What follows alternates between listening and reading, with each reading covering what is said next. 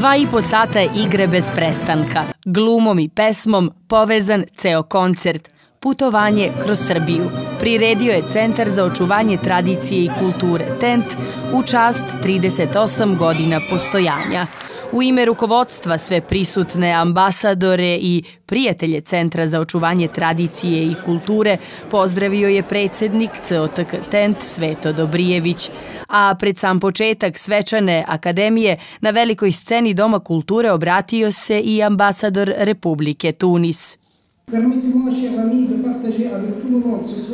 Dragi prijatelji, vaša kulturna misija imala je jako pozitivan uticaj na ljude iz raznih kulturnih institucija u Tunisu, na gledaoce kao i sve one koji su imali priliku da vas sretnu tokom vašeg boravka u Tunisu. Dokazali ste da ste izvrsni ambasadori Srbije u svetu u trenutku kada je uloga kulturne diplomatije postala važnija nego ikada pre.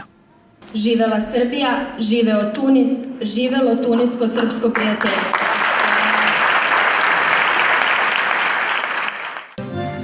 Podsećamo da je leta 2017. godine Centar za očuvanje tradicije i kulture TENT proveo 22 dana u Tunisu, šireći kulturu srpskog naroda. Tako je bilo i na ovoj svečanoj akademiji. Centar za očuvanje tradicije i kulture TENT je predstavio sve svoje sekcije.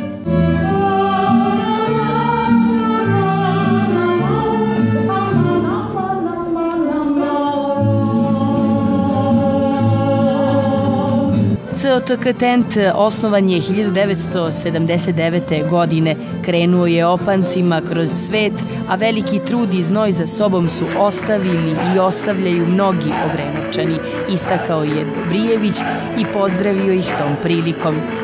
Sve bivše članove i ove aktivne i sve one koji su sebe ugradili, moje kolege, prethodnike, predsjednike ovog društva, koji su sebe ugradili u sve uspehe i sve ono što mi danas jesmo.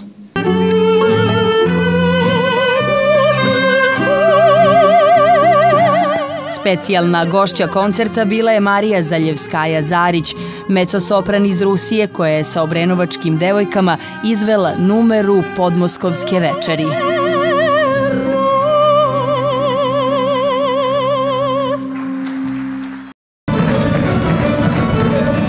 Repertoar Centra za očuvanje tradicije i kulture TENT je obogaćen novinama kako u pesmi, tako i igri, a na svečanoj akademiji uručene su i zahvalnice svima koji su na bilo koji način podržali rad i trud Centra za očuvanje tradicije i kulture TENT.